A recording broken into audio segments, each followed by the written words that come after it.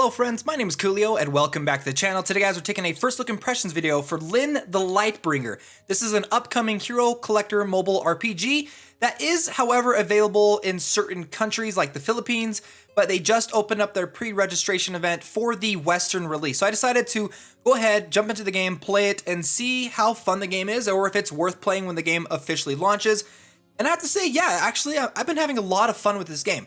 Now, the biggest draw for this game has to be its art style. There's like a whole video about it over on their main website, where basically they got this like really incredible artist to make these beautiful hand-drawn aesthetic characters, and then to take that specific drawing or those paintings and then bring them into a 3D model. It's really interesting, and you can kind of tell like the game itself has a very unique art style to it compared to any other hero collector game, and I really like it. Now, usually I like to go through and show you guys the combat first, but I want to actually show you some of the hero designs that this game has. So let's just go ahead and head on over to my heroes, and I can show you some of the cool ones, and even like the characters that you get basically just through playing through the game as random drops look really cool. Like, check out this guy. This freaking Loken Sorcerer, and then I've got the Dark Elfin Mage, Elfin Spearman. Like, these are just like really basic characters that you're gonna get simply by playing through the game, not even through summoning. And I already like love their art designs. Like, some of them look really cool, like the Dark Elfin Warrior. And you got this Pixie. And then some of the characters that I've actually gone through and summoned, Jean, Meldis. This is actually a character I got through the main story quest. Winry, Terry. Now, there is something actually pretty different about this game compared to any other hero collector game that I've played, and that has to deal with the rarity system in the game. Now, all characters can go up to 6 stars by getting specific materials to evolve them. They have to get to the max level, and they have to get these specific materials, these crystals that you can use to then evolve them to the next level. And I actually like that because it doesn't require you to get duplicates for these characters, but rather to go through specific dungeon areas in order to acquire these materials for them. I personally like that better than having to get a whole bunch of duplicates. However, the summoning system in the game is interesting. Let me go ahead and actually show you what I'm talking about. I'm not going to do a summon until the end of the video, but I want to go ahead and talk about the summoning rates because I've never seen a game do this before, and it's really interesting. So I actually ended up getting an epic 5-star character, which has a 0.85% chance of getting it by one of my free daily summons. I didn't do a 10-time summon or anything. It was just a free 1-time summon, and I got a really good character, and I was really surprised. But basically, how character ratings work is they come under a grade and then a star grade. So you've got normal, premium, rare, epic, legendary, and ancient. And then you've got the star grade, 3-star, 4-star, and 5-star, and then the basic probability. So getting an ancient character is about a 0.2% chance of getting an ancient character. Now, they've only got 3 characters right now that are ancient, so it's pretty low. Getting a legendary is 1.3% chance, which is slightly higher than a game like Fate Grand Order. And then getting an epic character is about 8.5% chance. So overall, like, there's a pretty good chance of you getting epic characters, and some of the epic characters are pretty good in this game. But even beyond that, you can possibly get an even rarer type. So for example, getting a 5-star ancient character is 0.03%.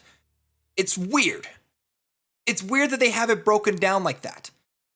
I don't know how I feel about it, and I want your guys' opinions down below in the comment section. But I feel like one of the reasons why they did this is, one, to kind of push out those legendaries to make it so when you do get an ancient character, it feels really powerful and impactful when you get it. But at the same time, I also feel like they did it so that they can tweak it so that when we do get characters like epic characters or legendary characters, even if we don't get a 5-star version of them, we can still get those epic or legendary characters with a slightly higher percentage at a 4-star. So for example, getting a 4-star epic character is about an 8% chance. That's actually pretty dang good in a hero collector game. But then getting a 5-star character just makes it ever so much sweeter to get it. It's an interesting system. Let me know your guys' thoughts down below in the comment section. I'm not sure how I feel about it. I'm still kind of debating on if I like it or not. But I did get a 5-star epic character, so I feel pretty good. So let's go ahead and actually jump into the adventure mode. Now, if any of you guys have ever played the game King's Raid, this will look very familiar. Basically, you set up your formation for your characters. You've got a front line, mid line, back, And you can switch up. Let me just go ahead and show you the editing function. So you got the front line, mid line, and the rear line. You can move your characters back and forth where you want them to be. Only certain characters can be in certain sections. Like for a healer, they can only be in mid line and rear line. But on top of that, you've also got your knight traits, which is kind of like a skilled tree system where you can go through, and as you acquire specific points, you can go ahead and apply specific traits to increase all of the characters that are on your team's specific stats. So right now, I just unlocked my very first one, Attack 1, which gives a 2.5% increase to attack rate. On top of that, you've also got your formation effect. This is also another pretty interesting system. I don't know if I've seen it in a game before, but basically you've got your rear line, your mid line, and your front line. Because I'm putting I believe I got my healer in my mid line. Yes, I do. I've got my healer in my mid line. I want my healer to have increased defense so they don't get taken down. So I've actually selected increased defense. And then my rear line are characters that do more damage. So I've selected increased attack. And then my front line, right now I've mainly got attackers and not very good defenders. And so right now I've been enhancing the overall attack. So it's interesting. It's kind of a way to tweak and enhance your overall team in a slightly more customizable way. Yeah, it's cool. Now, I don't have my Divine Beast unlocked just yet, so I can't really talk about that. But I'll probably, once in the future I get to the point where I get a Divine Beast, I will probably make a video about it, because I have been enjoying this game and I've been playing it quite a lot. So let's just go ahead. We're going to jump into the battle. It shows you the rewards you can get, as well as monsters that you will come across. And like I said at the beginning too, this is a game that you're probably going to play specifically for its art style and its music design. The gameplay is pretty similar to King's Raid and other hero collector games in that aspect, but I love the art design and the sound design in this game. So you're gonna go through the game. There's gonna be a main story that you can play, and the story's actually pretty good. That's another big emphasis, is their captivating story. Now I'm gonna actually go ahead and just turn off auto combat.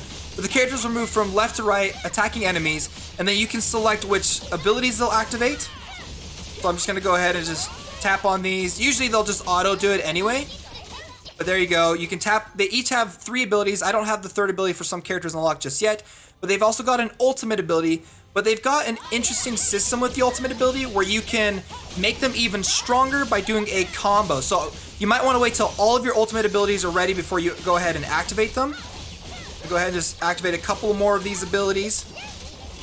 I don't want to activate my ultimate because I want to chain combo them for this next part right here where I go up against the boss. So most of them should have their ultimates ready. So I'll show you what I mean when you activate the combo abilities. As we get into another story. Just go ahead and skip through this real quick. Or, it's not gonna let me. I don't think you understand the gravity of the situation, princess. The queen is not here. Alright, let's do this. Stop! Alright, let's go ahead and skip through that. Here's my team, and now we're going to go into combat, and let's go ahead and activate all of our ultimate abilities and using a combo. Chain chance, let's do it again. Do it again. Do it again. And one more time. And we just did all of our ultimate abilities and a skill chain combo, which makes them all way more powerful and way stronger than before. So I'm just going to go ahead and turn on auto combat and let my team take care of this boss. But yeah, like, I can see how the combat system can be pretty fun later down the line for higher dungeons, but as of right now, like, I've gotten enough materials and stuff by playing through the game that I've enhanced a lot of my characters beyond the power level needed for some of these areas. So I've been able to just kind of auto path my way through a lot of this stuff. So uh-oh, here comes a bad person.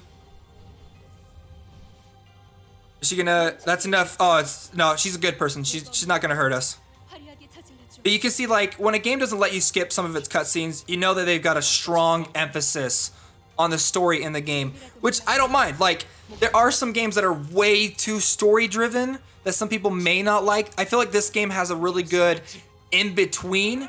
It's got an interesting story, but enough gameplay content that you're fine with it, and options to skip through it. So there's not a lot of forced, heavy story moments in the game. So, and we completed the level. You get to see how many stars you get.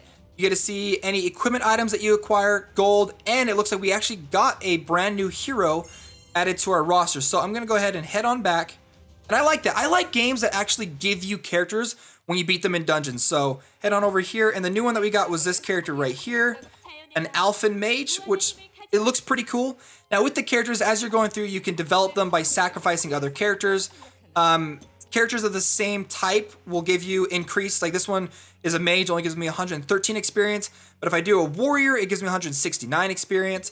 So you can develop them by sacrificing creatures. You do get these specific minions that you can use to enhance them even further. There are skill enhancements, but I don't have the required heroes. You have to get duplicate heroes in order to do this, to upgrade them that way with a plus.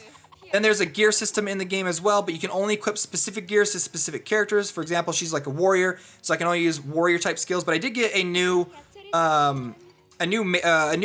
healer one, so I can go ahead and actually, if I want, I can sacrifice other items to enhance it. I'm not going to. I'm going to wait till I get higher tier weapons before I do that. Let's see. I don't think it's going to let me equip it. Replace. There we go. There we go. And now she's a little bit stronger. And then there's the skill system. The skill system is also kind of interesting because you have to get skill stones, and then you can go through and sacrifice those skill stones along with a little bit of gold to enhance some of these abilities. For example, Fortify Energy, increase attack by 247 for all allies except for one player for 10 seconds. So let's go ahead and enhance it. It costs 10 skill points. And then for every skill point that you use, that one costs 10. Now it's at a third. It's going to cost 15. It starts off at 5. And then another thing that's pretty cool, and I can't show you here, so I actually have to go to the codex, is as you evolve these characters, you can then further awaken them, and then awakening the characters actually enhances their overall look.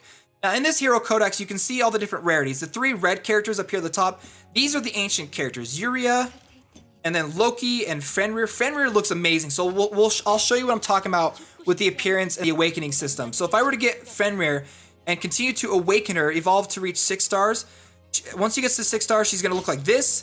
And then once I enhance her beyond that, she's going to look like this. Just making her look so freaking epic. Give her like a demon dog. I love that. I love games that give you visual upgrades. I absolutely love it. It's amazing. So that you can see all the different characters as well that you can collect in the game. And there are a good variety of them. And I like that. I like the fact that the game doesn't just give you like a whole bunch of duplicates of different characters. But it does have a good variety of different characters you can collect. So let's go ahead and actually end off this video real quick by doing a summon. We're gonna do our free summon, and like I said, I did a free summon and I actually got a pretty dang good character. So let's see what we can get here. And I believe it needs to glow gold if you're gonna get something really good. So I don't think we got anything. Maybe. Let's see what we got. Got a basic rare character, the Eris Archer. Thank you. And then I don't have enough to do like a 10-time summon. The game is a little bit stingy when it comes to that, but I believe I do have a free premium hero summoning ticket, so that's what we are going to use real quick. I don't know where my premium summon, I think maybe I need to back out. Hold on, let's go back, go to the summons. I should have where'd my free premium summoning ticket go? I think I need to go to my bag actually. Let's go back to my bag. I can show you my summoning. There we go, let's go ahead and use it. And I got a Fanatic, oh, actually, he might be kind of cool looking. Let me go ahead and see what he looks like. He looks fine. He doesn't look super cool. I'm going to do just one more summon. And one thing, too, is they do have a gear summoning system, but they don't combine it with the hero summoning. So thank you for that. I'm just going to spend one more gem. Let's just do one more summon for this video so you guys can see the summoning animation one more time. And cross your fingers that we get something cool. 8% chance, like I said, to get an epic character. See what we got, and we ended up getting, we got a basic character. You know what? Let's just do it again. Why not, right? Like the game's coming out over in the West soon, and I'm pretty sure I'm gonna have a brand new account anyway. So why not? Let's just go ahead and waste all of our summons real quick. What do we get? Let's see. We got a basic rare character. Okay, let's continue to do that. Man, I hope all of my luck didn't get wasted off screen when I got that 5-star epic character. Let's see. Here we go. And we got, oh, nice. What the heck? Divine Eris Mage. Why? That's a different. Oh, okay. So we got a rare character. Okay, cool. I was like, what the heck? I don't think I've seen a summoning animation like that. So that's awesome. I'm probably gonna add her onto my team because she looks super dope. I don't think I've got a rare mage character on my team, but I'll have to go back and check it out. Here we go. And we got, come on, give me something cool. Okay, we got another rare character. I don't think it's an epic. It could be an epic. Eris Mage. Oh, it's just a basic rare character. So there you go, guys. That's the summoning in the game. Hope you guys enjoyed this video, and if you did, don't forget to hit that like button and subscribe to stay up to date in the latest in mobile gaming. And if you guys want to see more gameplay footage for LYN the Lightbringer, let me know down below in the comments. And if any of you guys are checking the game out or looking forward to it, let me know as well. All right, friends, I'll see you next time.